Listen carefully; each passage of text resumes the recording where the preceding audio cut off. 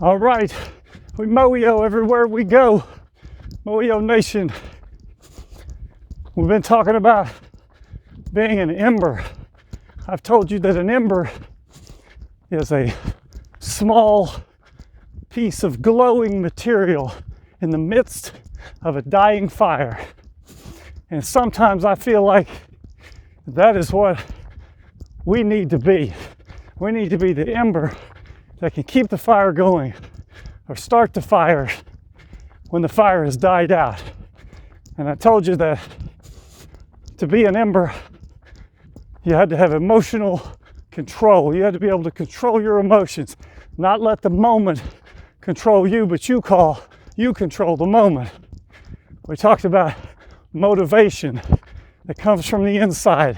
We talked about getting away every day for a period of time to get rid of the static and the anxiety and the stress and just listen to your own heart. We talked about belief, how we were made as masterpieces and we have the power that God has put inside of us to be difference makers if we just believe.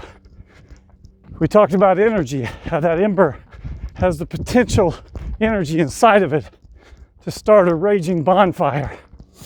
And it's the same thing with us. We all have potential inside of us to change the world. Now the last step in being an ember is the R, E-M-B-E-R, resilience.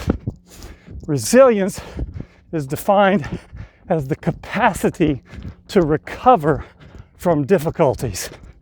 That ember, when the fire starts to burn out and it's left with just a pile of smoldering ash, that ember, in the midst of that difficulty, if it's taken and wrapped in a green leaf or foil or something that'll help retain that heat, it can be taken long distances and used to start a whole new fire or to restart a fire that has gone out.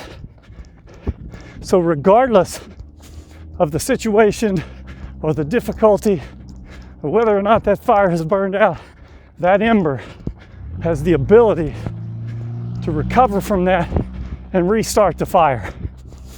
And that is a quality that is so special in an individual, because we all face so many difficulties in our lives, some more than others. Right now we're all faced with kind of a shared difficulty because of this virus. But we have to have resilience like that ember so that we don't burn out, so that we don't lose our power, so that we don't lose our faith. But we have the resilience to keep that potential energy and to turn it into something to start the fire, to rebuild the fire. Resilience, no matter what happens, continuing. I talked to you a few days ago about just continuing to run hard. Every step, the most important step you'll ever take is the next step. Every time, the next step is the most important. And it takes resilience to fight through difficulty. It takes resilience to fight through confusion, anxiety. And that's what it means to be resilient, is to bounce back, to recover, regardless of the difficulty, regardless of the trial. That's what an ember can do. And that's what we can do because of the power that we have, the strength that God has given us. So, if you're going to be an ember, you've got to be resilient. You've got to continue to recover, to bounce back, to maintain your strength, your purpose, your direction every day. That has to be a priority in your thought process. And no matter what happens, no matter what obstacle, You're going to find a way through it, to bounce back, to recover, to continue your passion.